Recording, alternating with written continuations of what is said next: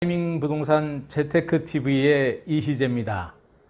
제가 부동산 재테크 강의와 개인 컨설팅 업무를 하다가 직접 공인중개사무소를 개업하자 지역 주민들께서 우리 지역인 고양시 개발 이슈에 대해 질문을 많이 하고 계십니다.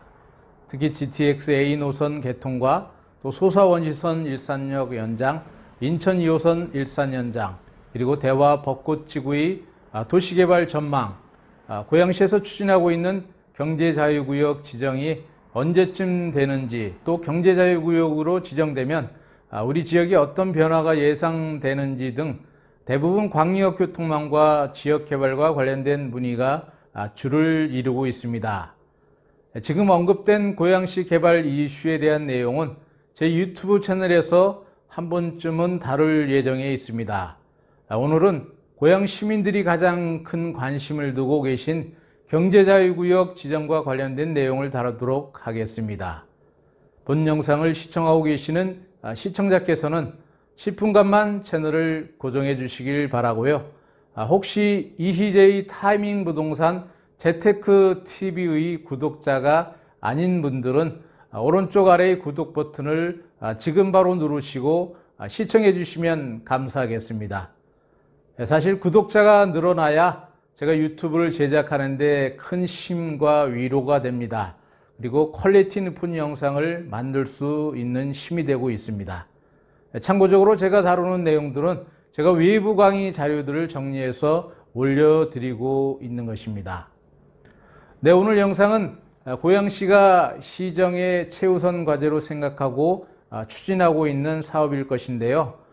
왜 고양시가 경제자유구역 지정을 위해 총력을 기울이고 있는지 그 이유를 분석해 드리도록 하겠습니다.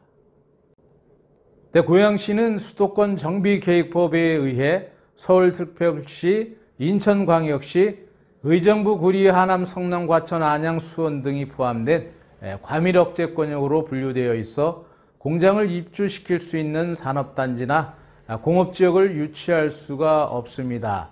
또 외국 기업 및 국내 기업 입주, 대학교 및 연구시설 등 인구 집중 유발 시설의 신설 또는 증설을 할 수 없는 지역으로 묶여 있어서 고양시가 인구 108명 이상의 특례시로 승격은 되었지만 양질의 일자리가 없어 배드타운의 오명을 쓰고 있고, 또 재정 자립도도 경기도 34개의 지방자치단체 중 중하위권인 20위에 머물고 있는 실정입니다. 또한 1기 신도시 5개 자치단체 중에서도 3위를 마크하고 있고, 특히 2021년 함께 특례시로 승격한 수원 용인보다 재정 자립도가 13% 이상 낮은 것으로 평가되어 고양시의 최우선 과제가 재정 자립도를 높일 수 있는 정치를 펼치는 것이 급선무가 되는 상황이라 할 수 있겠습니다. 참고로 고양시와 인접해 있는 김포와 파주시는 수도권 정비계획법상 과밀억제권역이 아닌 성장관리권역으로 분류되었기 때문에 오히려 인센티브가 적용되어 공장 등이 신설 이전할 수 있는 산업단지 등이 지정되어 있어 공장이나 법인 사업자들이 몰려가고 있다고 합니다. 그런 이유 때문이겠지만 고양시보다 재정 자립도가 오히려 높게 나타나고 있습니다. 재정 자립도는 양질의 일자리와 주택 가격과 비례관계가 있는 관계로 고양시의 재정 자립도를 올리기 위해서는 양질의 일자리와 아파트 가격을 상승시킬 수 있는 개발 호재가 필수적이라 할 수가 있겠습니다.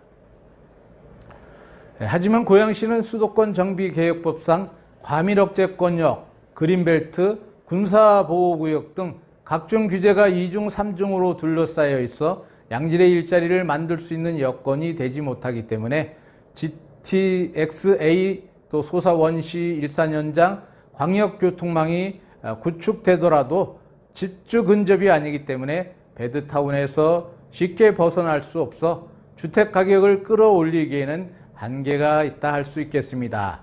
따라서 고양시는 이에 대한 돌파구 마련이 무엇보다도 필요하고 과제라 인식할 수밖에 없는 것이 현실인 것입니다.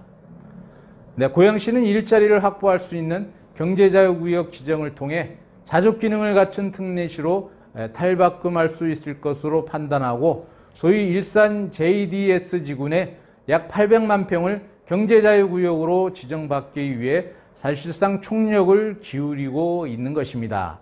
그러면 경제자유구역으로 지정되면 일자리를 확보할 수 있는지 경제자유구역 개념부터 알아보고 경제자유구역으로 지정고시되면 어떤 인센티브가 주어지는지도 상세하게 알아보도록 하겠습니다. 네, 첫째, 경제자유구역이란 개념을 알아보도록 하겠습니다. 외국인 투자기업의 경영 환경과 또 외국인의 생활 여건을 개선하기 위하여 또한 외국에 진출했다가 국내로 복귀하는 복귀기업에 대해 각종 규제를 완화해 줌으로써 지속적인 수출 산업의 동력을 키워주기 위해 조성된 지역으로 지정고시되는 지역을 말합니다. 해외 투자 자본과 기술을 적극적으로 유치하기 위하여 세제 감면이나 규제 완화 등의 혜택을 부여한 특별지역, 경제특구의 한 종류로 정부에서 특정 구역을 지정하여 이 지역에 대해 규제 완화 및 경제 개방을 실시하여 적극적으로 국외 자본과 또 기술을 끌어오기 위한 경제 전문 특별구역이라 이해를 하시면 될 것 같습니다. 우리나라에서는 해외 기술과 자본을 위한 최상의 경영 환경 및 생활 환경을 제공함으로써 참여정부 시절 국가 비전 중 하나인 동북아 비즈니스 중심을 실현하기 위한 구체적 수단으로 도입이 되었습니다. 2002년 경제자유구역의 지정 및 운영에 관한 법률을 제정한 이후 2003년부터 실시한 제도라 할 수 있는데요.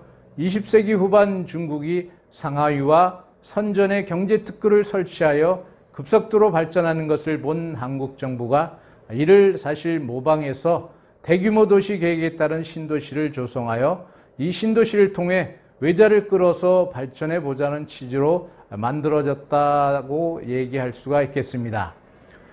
국가 간 개방과 경쟁이 날로 심화되는 상황 속에서 우리나라의 신성장 동력에 해당하는 물류와 금융 등 고부가 가치 서비스업과 IT, BT 등 첨단 산업 분야를 육성하기 위하여 인류 글로벌 기업의 동북아 거점 지역을 창출하려는 핵심 전략이라 할 수 있겠습니다. 네, 이를 위하여 2002년 말 경제자유구역의 지정 및 운영에 관한 법률이 제정되었고 2003년 참여정부 시절에 인천광역시의 송도, 영종도, 청라를 시작으로 부산, 진해, 광양만권, 또 대구, 경북, 황해, 충북, 동해안권, 광주와 울산 등이 현재 경제자유구역으로 지정 추진되고 있습니다. 여기에 경기도에서 고양시 800만 평, 안산 110만 평을 최종 후보지로 선정하고 2024년 9월 최종 선정 및 고시를 앞두고 산업진흥원에서 이에 대한 사업 타당성 검토 용역을 현재 진행하고 있는 것입니다. 다음은 경제자유구역에 주어지는 인센티브를 알아보도록 하겠습니다. 경제자유구역의 설립 목표는 외국인 투자 및 거주에 유리한 국제화된 기업 환경 및 생활 환경을 조성하여 해외 자본의 유치를 촉진함으로써 선진적인 산업 구조로의 전환을 도모하고 또 글로벌 기업 활동의 중심 거점을 육성하는 데 있습니다. 또한 중국, 러시아, 동남아 등 해외 진출 기업의 국내 복귀를 지원해 줌으로써 국내 투자가 활성화될 것으로 기대하고 있는 것이 사실인데요. 이를 위하여 경제자유구역은 글로벌 기준을 선도하는 경제 사회제도의 정착과 또 각종 인센티브 제공을 통해 글로벌 기업을 집적시키고 또 아울러 최첨단의 공항, 항만, 오피스 시설과 쾌적한 학교, 병원, 관광시설을 복합적으로 개발하여 세계 최고 수준의 도시 건설을 목표로 하고 있는 것입니다. 경제자유구역은 다른 지역에서 볼 수 없는 다양한 특례가 적용되는 지역이라 할 수 있겠는데요. 경제자유구역의 중요한 인센티브는 입주 외국인 투자기업과 또 개발사업 시행자 및 국내 복귀 기업에 대한 관세, 취득세 및 재산세 등의 조세 감면 혜택과 경영활동 지원, 또 노동규제 및 외환거래 완화 등 각종 규제 완화, 또 행정 절차 지원, 또 원스톱 서비스 등이 제공되고 있습니다. 좀 더 구체적으로 설명을 해드리겠습니다. 첫째는 조세 감면 혜택이 주어집니다. 외국인 투자 기업에 대해 국세와 지방세를 감면을 해줍니다. 즉 소득세와 일반 기업의 법인세를 감면해 주는 것이죠. 둘째로는 현금 지원, 또 개발사업 시행자에 대한 각종 부담금 면제, 또 지방자치단체의 기반시설 설치에 대한 국고 지원, 외국인 투자기업에 대한 임대 지원 및 임대료 감면 등 각종 자금 지원을 받을 수가 있겠습니다. 셋째는 각종 규제 완화 인센티브입니다. 외국인 투자기업이 경영 환경으로 개선하기 위하여 수도권 정비계획법 제7조 과밀억제권역이 행위 제한 배제를 해주고요. 또 제8조에서 성장관리권역의 행위 제한 배제, 제18조 인구 집중 유발 시설 총량제 배제, 제19조 대규모 개발 사업에 대한 규제 배제, 그리고 노동 규제 완화, 또 외환거래 자유 등의 인센티브를 제공받을 수가 있습니다. 규제 완화 인센티브가 주어지기 때문에 과밀억제권역으로 묶여있는 우리 고양시가 경제자유구역 지정을 위해 발벗고 뛰고 있는 이유라 할 수 있겠습니다. 넷째는 외국인의 생활 환경을 개선하기 위하여 내국인도 허용되는 외국 교육기관과 외국 병원의 설립 등이 허용이 됩니다. 그 밖에도 행정 절차 진행 및 원스톱 서비스 제공 등의 혜택이 주어지게 됩니다. 마지막으로 경제자유구역 입주 기업의 자격에 대해서 알아보도록 하겠습니다. 입주 자격은 경제자유구역 설립 목표에서 제가 설명을 해드렸습니다만 외국인 투자기업과 또 수출 주목적 제조업, 수출 주목적 국내 복귀기업, 지식서비스 산업, 수출입 거래를 주목적으로 하는 도매업, 복합물류 관련 사업 등을 하는 국내 기업이 해당이 되겠습니다. 사실 과도한 수도권 규제로 인하여 외국으로 나가 있는 국내 기업이 상당히 많이 있다고 하는데 고양시 일산 서구에 800만 평의 경제자유구역으로 지정되면 여러 가지 규제로 인해 외국에 진출했던 기업들이 일산 경제자유구역 안으로 복귀할 수 있는 여건이 조성되기 때문에 고양시는 큰 기대를 하고 있는 것입니다. 네, 경제자유구역이 무엇이고 또 입주기업에 대한 자격과 또 인센티브에 대해 설명을 해드렸는데요. 그렇다면 고양시가 경제자유구역으로 최종 지정 고시가 되면 과연 수도권 정비계획법상 과밀억제권역으로 받는 각종 규제를 회피할 수 있게 되는지 시청자들께서 가장 궁금해하실 것으로 생각합니다. 사실 이 질문은 고양 특례시 이동환 시장이 지난 4월 제가 살고 있는 일산 서구 송포동 행정복지센터에 방문하여 직능단체장을 비롯한 주민들과의 소통 간담회 시간을 갖게 되었을 때 제가 시장님께 질문을 한 내용입니다. 질문 요지는 고양시의 경제자유구역이 지정되면 자족시설이 들어와 베드타운의 오명에서 벗어날 수 있다고 말씀하셨는데 제가 알고 있는 지식과 상식으로는 고양시는 수도권 정비계획법상 과밀억제권역으로 분류되어 있어 외국 기업은 물론 공장이나 학교 등 인구 집중 유발 시설 등이 들어올 수 없도록 규제를 받고 있는데 과밀억제권역으로 규제받고 있는 사항들이 경제자유구역 지정으로 해소될 수 있다고 자신 있게 말씀하실 수 있는지요? 라고 제가 생각해도 정말 날카로운 송구 질문을 던졌던 것 같습니다.